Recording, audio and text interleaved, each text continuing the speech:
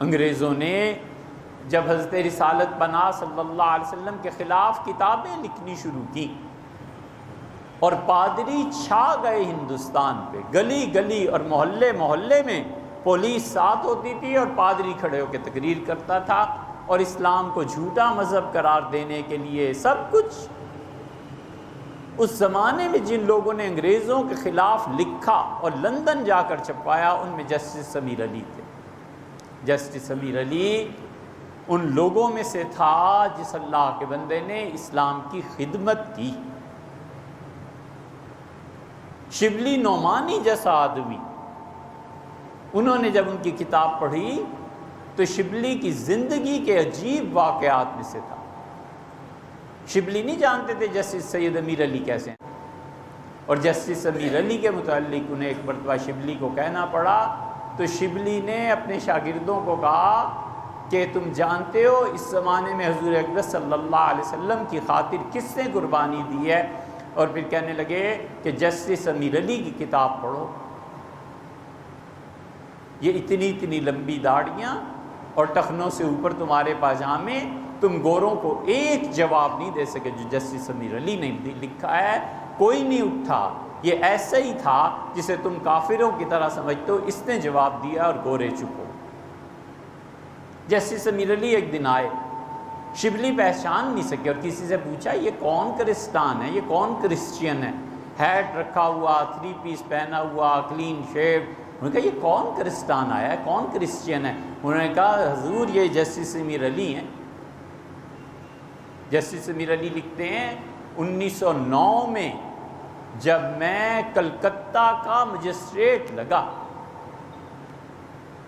انگریز نہیں سنبھال سکے مغلوں کی چھوڑی ہوئی اکانومی، اور انگزیب نے لکھا ہے اپنے وصیت نامے میں کہ دلی کا خزانہ الگ ہے، بنگال کا خزانہ الگ ہے، میرے بچوں میں 32 کروڑ تولے سونا اس وقت آگرہ میں چھوڑ کے مر رہا ہوں، صرف آگرہ کے خزانے کا یہ حال۔ گورے کہاں سنبھال سکتے تھے؟ پھر قحط پڑے، اور ایسے قحط پڑے کہ ماؤں نے بچوں کو بیچ دیا۔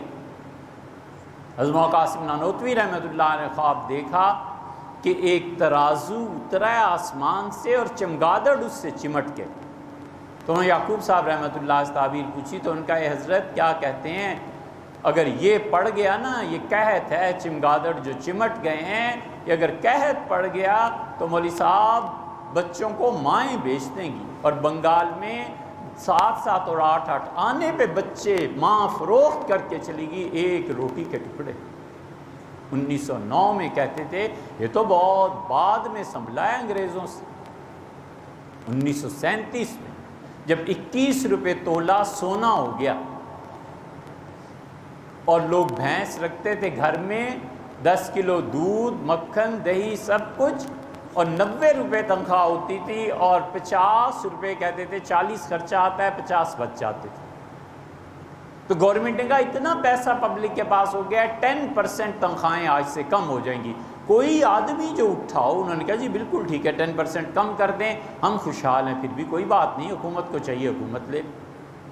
ہندوستان کی تاریخ میں ایک مرتبہ ہوا ہے 1937 میں 10% تنخواہیں انگریزوں نے کم کر دی، اور 1909 میں جسٹس امیر علی نے لکھا ہے کہ میں مجسٹریٹ انگریزوں کا، تو پولیس نے مقدمہ سامنے رکھا اور کہا یہ بوڑھی عورت ہے اور خودکشی کے جرم میں پکڑی گئی۔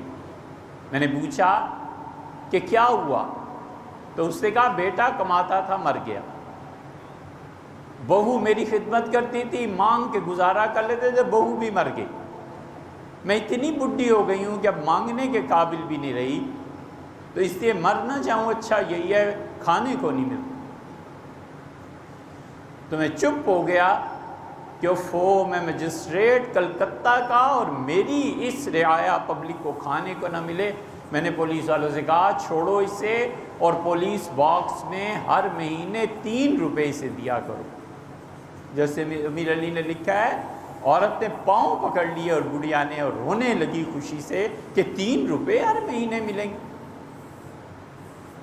یہ ایمان ہے، یہ اللہ کے ساتھ تعلق ہے۔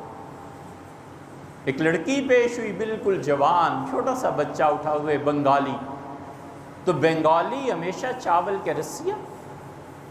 جسٹس امیر علی کہتے ہیں میں نے پوچھا اس کا کیا قصور ہے؟ انہوں نے کہا اس کے مال پہ ڈاکہ ڈالا ہے. میں نے دکاندار سے کہا کہ کیا ڈاکہ ڈالا ہے؟